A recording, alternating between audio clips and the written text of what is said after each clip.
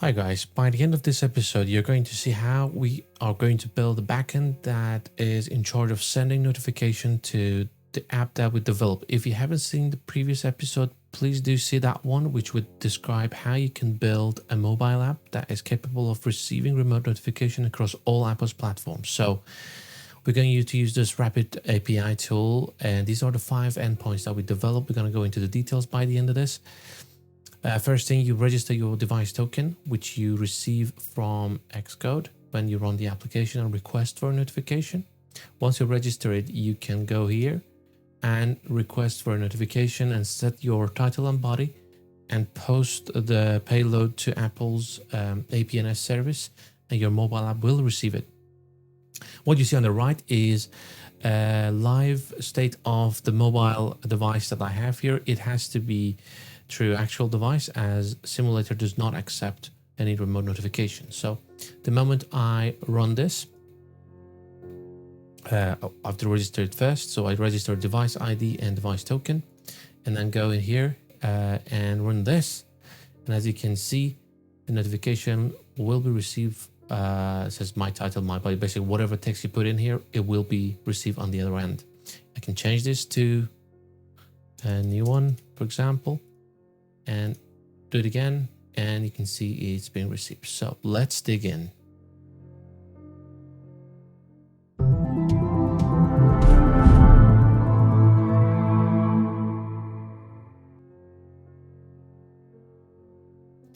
All right, so on the last episode, what we've done was we created this application.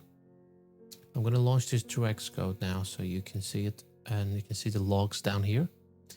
And basically what it does, it has just a single button in it, which allows us to request for a remote notification.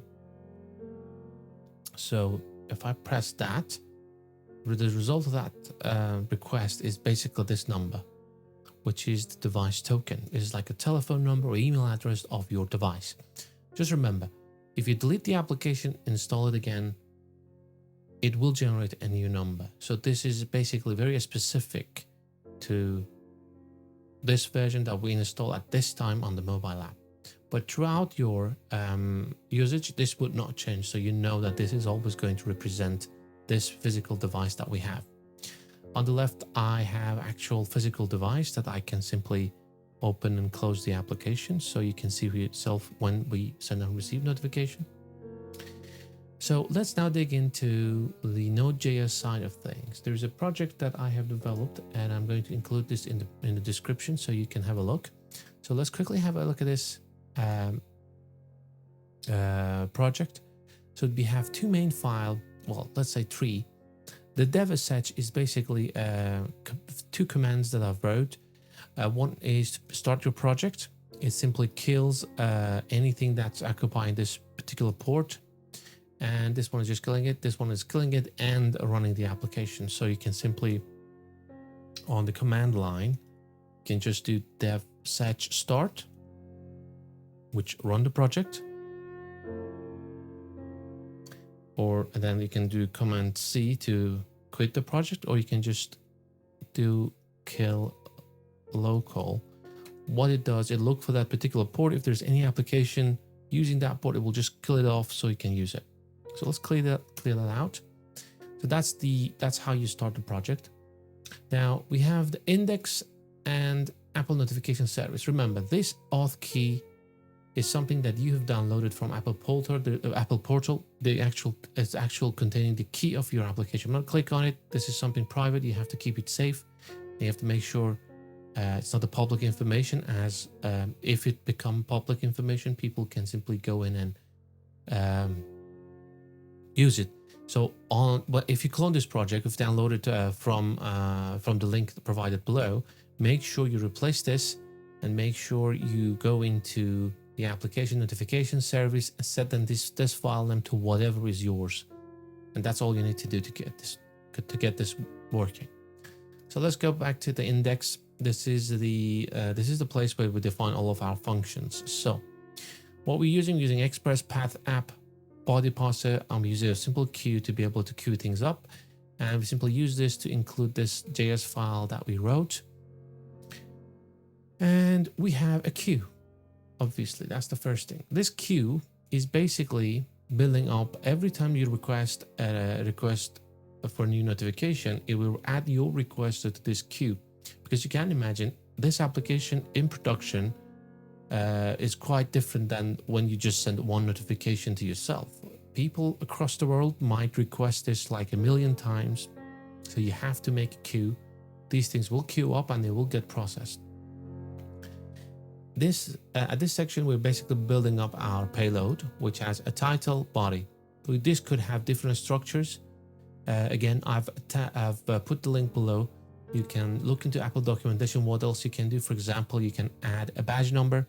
You can request for a priority background fetch. All of those things is possible to do within this load. But we're going to go with a simple payload structure, which is title and body. And then we have this function that we wrote. This is something that is in this app notification service.js. What it does, it looks for the job, obviously you pass in the job, it looks for the job, get the device token, and then this is something that is being built based on Apple's documentation. So we say APS, Apple Push Notification Service, and then we simply stringify or convert our JSON payload into string and pass it to this load, which is this bit up here. And then this function has a completion. If the result of that call to Apple services is successful, it returns a 200 code, which we say sent. That means we definitely know it's sent. So you can imagine at this portion of the code, you can handle a lot of things. For example, if a message failed for whatever reason, you can queue it up again later. You can store the information about failed messages. There's loads of things that you can add to this, but we try to go for a very straightforward version of this, so you can have the bare bone functionality that works in scale, so you can customize it on your own. And at the end of the notification, we just print out the status and the APNS ID. Every time you send a notification, Apple automatically assign a UUID code to it. You can also assign one to it if you want. Again, look at the documentation. You can obviously manipulate these things as you wish. Now, we have also another function here called add task. So what this does, it accepts a device token, a title, a body, and it simply pushes that data structure into the queue. That's all it does. So you can see notification queue, which is up here. They just keep adding it. And as they're being added, this queue is keep processing them. Now, let's get into the interesting part of the endpoint. So I'm going to use this thing called Rapid API, which is a great tool for defining your functions. Again, I'm going to include this as well in the project file. But you can use Postman, you can use whatever you like, but this will allow you to keep it. You can even put it on GitHub so you can your whole team can work on it. So I'm going to go over these functions, and you can see the signature of these functions on the right. So the first one is register. This function is basically a post call, as you can see, and it accepts two variables or two parameters. One is ID. So there are different ways that you can accept a user. For example, you can use their ID, you can use their email address, you can use loads of things. But in this case, we just try to make it as simple as possible. So the ID is the identifier for the user. And then we have device token, which is that a unique number for a device. The reason we have this is, imagine somebody might have 5 devices. So one user, 5 devices. That means the ID for all those 5 users is going to be exactly the same, but device token is going to be 5 different ones. So this will allow us to register all 5 of them. There is another one, exact same signature, but obviously it has a delete method. This will allow us to delete a specific token. So for whatever reason, if the user decide not to receive one, if they decide to remove it, they decide to unsubscribe from your service, you can simply call this method to remove them from the service. And again, the way it works, you just pass in a device ID to it, whatever that is, and it will get rid of that particular device token from your system. And then the two interesting one is these two. One is send notification to all. That means it will go through every single user that registered for your application and will send them a notification.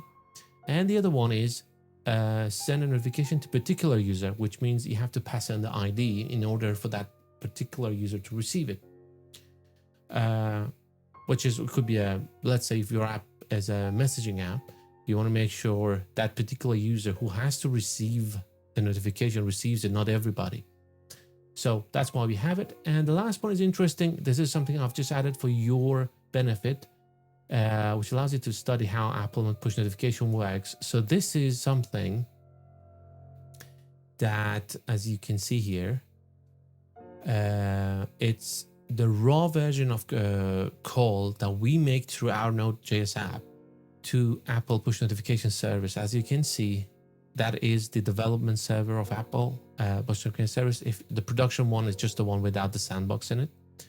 And then this tree is just part of documentation tree/device/, and then the device token goes up here.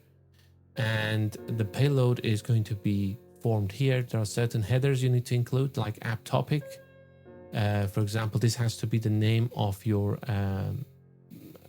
application's bundle ID, which is, in our case, is UK-wingafutu.rpn. So make sure you copy that, make sure it's pasted there if you're going to test it. And this is the authorization token, which you have to add a bearer space. And then this is the token that has to be generated based on the keys, your Apple ID, and notification ID. These are all the things that you have generated. I will go through the details of that in here to see how it works. Basically, this thing is basically showing you how the call is being made to the Apple services, and you can see that in depth in this app notification service.js. So let's have a look how that works. So first thing we need to do, we need to use HTTP2. HTTP2 is the way it works is it's not like the HTTP1. That means it creates a pipeline instead of single call. So in normal HTTP, you make a call, you have a response, and that's it. In HTTP2, you create a pipeline to Apple services via this URL. Again, if you want to do a production version, you have to get rid of the sandbox. This is just for development environment. It creates a pipeline to Apple. That means, all right, we have this pipeline and we can send information through it to Apple. And when we are done with it, we can just close it down. And then we have this function which accepts a device token, APNS load, which is basically your message to the device. And then it has a completion on data received, which is the response from the Apple services. In here, there are three pieces of information. So your team ID, which I covered on the previous episode, where to get it. This is from your Apple portal. Your APNS key ID. So when you download your key from the certificate section of your portal, it will come like this. So it says Auth key, and this is your full key name, 388 and 7N. So this whole thing is going to go here. And the reason for you to see these parameters, if you look into the .env here, these things are defined up here. So I have the team ID, I have the key ID, and then I have the actual key up here. So it allows me to simply read these things and pass it along. And then I'm going to get the time, and I'm going to use FS as a file system library, which allows me to read from the file system. And then this is going to read this file and create a payload with my team ID, issue time, which I created up here. And then we're going to use the JWT, which is a bear token creator. It's basically, imagine it's going to put all of this information into a pot and create a one long number, which is going to be this token at the end of the day. It uses a bunch of algorithm to create this token. And then we're going to create this request. So this request that you see here is a simple session that we are going to create and then push it through the pipeline that we created up here. So if you look at the this last endpoint that I've put here, all of these details that you see here is being basically made here. And just let's look at it. So the /3/device is part of what Apple says, what Apple provides in their documentation. And I'm going to put the device token, which is that long number that Xcode provides. Its method is going to be a post. Its type is going to be alert. Again, look up the Apple documentation for other types and other sort of notifications. And there's authorization header, which you have to prefix it with a bearer space and then add the token. This is not a device token. This is a token that you created based on all of these information up here. So based on 3 pieces of information, your team ID, notification key ID, and the actual key that you put into your project. And then you're going to set the app topic to the bundle name of your app, which I have shown you where to look for this one. You have to go into your project, bundle identifier. This has to be the name of that app APNS topic.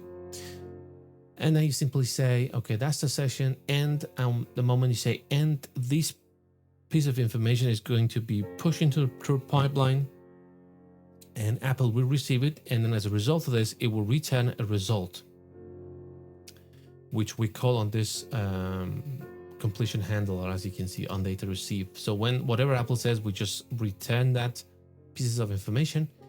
Down here, we also print out if there is any other information within the body of that response, just for debugging purposes. But you can imagine there's so much you can do at this stage, like logging this information, make sure if a notification is failed, store it, queue it up again momentarily, maybe have multiple queues for failed notifications. So the sky is the limit really in this area. But again, we're targeting to have a bare bone communication with Apple services, so you can expand on what we've done here. Let's go back to the index and look at the other 2. So these 2 endpoints basically send notification to all and send notification to a user. So send all is basically look for the title and body, and then it's simply called the add task method that we wrote up here. And it passes in every single token with that title and body to the notification service. And the only difference between this and the send one, which look for the ID, is you have to supply the ID and it will do a simple loop, make sure the ID of that particular user matches with the ID that you provided, and it only sends that notification to those, to that particular ID, which might have a device or multiple devices. And the great thing about this is as soon as it does it, it returns 200. Same for send all, because it does not take the server time. It pushes it to the queue and it'll be done with it. So if you're dealing with calls that are coming from thousands of devices, a million of devices, that's what you want. You don't want to wait until Apple responds back to you. You want to just queue it up, close it, and leave it to the queue to handle. And down here, we simply set the port and run our Express project. So the way you can run this, I'm just going to clear this. You just do /dev/search start, press enter. It kills the port if there's anything occupying that 5002. And if everything goes well, this is what you should receive. Now let's go back into our Rapid API. So we put this localhost 5002/v1 notification register. I'm going to say 1. I'm going to put this device token, which I have collected from here. So you can simply just copy that and make sure it is being pasted in thingy. That's perfect. Now I'm going to bring up the visual code so you can see the logs here. Once I run this, as you can see, it just says ID1 device token. This is added into the system. So you can see that is added. So again, there is no persistent at this stage. We're not storing in a database. This is just a live project to show you how it can work. We remove all the things that might cause confusion so you can customize it yourself. I'm going to create just some random one here, 12 for example. Obviously, it's not an actual device token, but I want to show you what happens if you do multiple ones. So at this time, it added 1. So this user ID 1 has this token. Again, this user ID 1 has another device. And I'm going to say user ID 2 It's going to have another one, for example, that number, and run this. And as you add them, you can see the result of all of these things. So if you look at it quickly, you can see there's a one user with 2 devices and there's one user with just 1 device. That's perfect. If I go to the send all section, there's no header. The only thing that we have is within the body section of the JSON, you have 2 variables. One is title, one is the actual body of your message. You can set this to whatever you like. So I can just say, this is my first title. And what I can say, this is my second body. And now I'm just going to resize this so you can see the device here. This is the actual device with that notification token ID. If I run this, I expect to see a notification. So let's run this. So I got 400 fail, some bad device token, 400 bad device token again, and 429 too many provided token updates. So I went through these devices and figured out that there is an issue with the notification that I posted, and it will tell you the reason why that is. So the too many is when you try to send a single message to a specific device ID multiple times, and the bad ones is obviously because 12 is not an actual notification ID. So this time I'm going to remove this, run it again, and I'm simply just going to register my device. So let me just grab that ID, copy, and go put it in there, device token. Perfect. Run this. It says okay. Oh, let me just have the stop. All right, that's ID. I'm gonna go to the send notification section. Look up here, what notification comes in. Run this. It says 200 notification has been sent. So let's give it a few moments.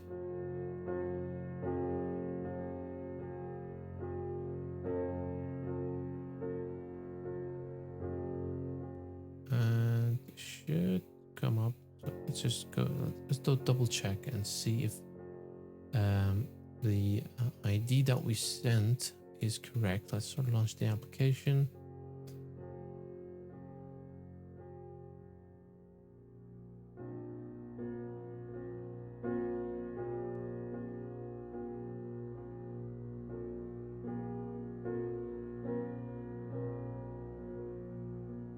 Yep. Okay. That's the ID. Copy that. I'm gonna put it in the, again, make sure we paste it correctly here. ID 1, that's the user. Perfect. And I'll close this. So let's give it another try. Register the user first and try sending it to all. It says 200. That means we should have received the notification. For some reason we are not receiving it.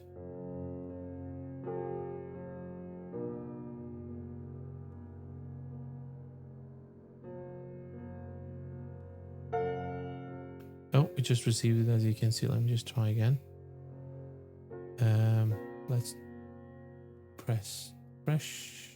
Hello. That's the notification that we were expecting. So because I'm doing a screen record, it automatically disabled the notification. So I just enabled that.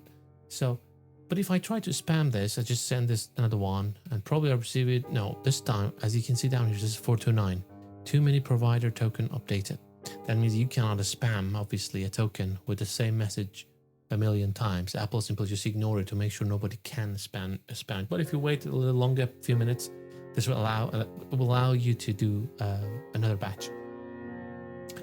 And again, with the other one, which is send notification to a user, this time, if I just say 1, let's say I just say 2, right? And click on send here, what it does, it says 200, but it does nothing because we couldn't find a user with that ID. As you know, we only register one single user with that ID. But if I say 1, it will try sending that notification again, but obviously because we sent one, it will ignore it. One thing I found quite interesting is because HTTP2 works in a pipeline, if you just quit the project immediately and run it again, because we destroyed that pipeline and we recreated it, it seems like Apple resetting the ID or something behind the scenes, so it just reset that time sort of timeline. But I have to go in and register again, then go here and say, okay, 1, I'm going to send it only to the user with ID 1. And probably if I do this now, as you can see, that just gets through. Because the title is too long, obviously get rid of the message, but if you just look at it in if you press on it, it will just take you to the application. We're not doing anything with the actual load, but that's the way it is. But if I try to do that again, probably it will send it again, and then, as you can see, it blocks you. So that is pretty much it. So I'm going to include this whole project into the description so you can download it for yourself. So that's about it for this episode. If you have questions about the NodeJS project or the iOS, macOS project, so please just let me know down below and subscribe.